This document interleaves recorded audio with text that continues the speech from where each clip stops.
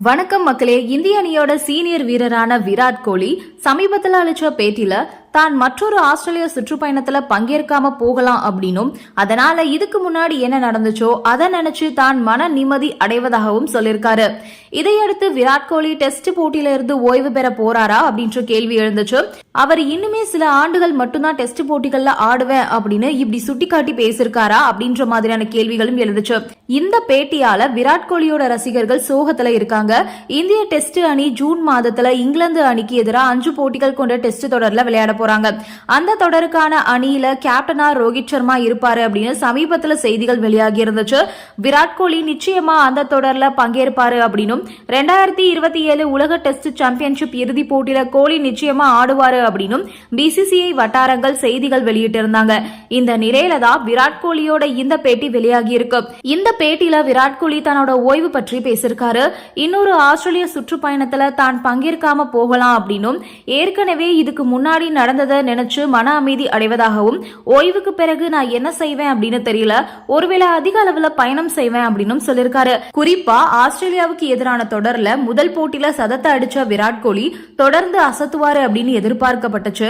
ஆனா அதுக்கு அடுத்தடுத்த போட்டிகள்ல தொடர்ந்து அவுட் சைட் ஆஃப் ஸ்டம்ப் பந்துகள்ல அவர் தன்னோட விக்கெட்ஸை தரவார்த்தாரு. இது இந்திய ரசிகர்களையே கடுப்பாக்க வச்சது. அவருடைய மோசமான ஆட்டம் டெஸ்ட் சாம்பியன்ஷிப் ஃபைனல்ஸ்க்கு இந்தியா முதல் முறையா தகுதி பெறாம வெளியேற வித்துட்டது. இந்த நிலையில 2014 இங்கிலாந்து மண்ணில நடைபெற்ற தொடர்ல மோசமா விளையாடின தாம் 2018 அங்கு சிறப்பா விளையாடி பதிலடி கொடுத்ததா விராட் கோலியே தெரிவிச்சிருக்காரு. அதே மாதிரி ஆஸ்திரேலியாவிலையும் திரும்ப அசத்த விரும்புறதாகவும் சொல்லியிருக்காரு. ஆனா அடுத்த ஆஸ்திரேலியா தொடர் 2028-29 சீசன்ல நடக்க போகுது. அதனால ஆஸ்திரேலியா மண்ணில டெஸ்ட் கிரிக்கெட்ல தாம் விளையாடி முடிச்சிட்டதாவே விராட் கோலி அறிவிச்சிருக்காரு. இது பற்றி அவர் பேசும்போது, நான் எவ்வளவு ஏமாற்றம் அடைஞ்சேன் அப்படின்றத நீங்க என்கிட்ட கேட்டா சமீபத்திய ஆஸ்திரேலிய சுற்றுப்பயணம் எனக்கு மோசமாகவே இருந்துச்சு. ஆனா என்னால அப்படி அதை பார்க்க முடியாது.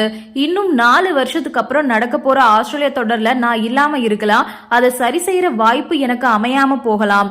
கடந்த காலத்துல என்ன நடந்துச்சு அப்படின்றதுல நீங்க நிம்மதியோட இருங்க. 2014 இங்கிலாந்துல சுமாரா விளையாடின என்னால திரும்பவும் 2018 அங்க முடிஞ்சதை செய்ய முடிஞ்சது. இங்க அது மாதிரி இருக்காது. அதுக்காக நீங்க பதற்றம் அடையாதீங்க. ஓய்வு பற்றி எந்த அறிவிப்பையும் நான் வெளியிடல. இப்போ கிரிக்கெட்ல விளையாடுற ஆர்வமும் காதலும் எனக்கு நிறையவே இருக்கு. அதே சமயம் வெளியில இருந்து அதை பற்றி சிந்திக்கும் போது உங்களுக்கு நீங்களே அதிக பாரத்தை சுமப்பீங்க.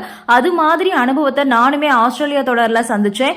ஏன்னா முதல் போட்டியில நல்ல ஸ்கோர் அடிச்சதால இங்க இருந்து அசத்தலாம் அப்படின்னு நான் நினைச்சேன். அடுத்ததா எனக்கு இங்கிலாந்து தொடர் இருக்கு. அது அந்த வழியில திரும்பாம போனா அதை எப்படி நீங்க பாப்பீங்க?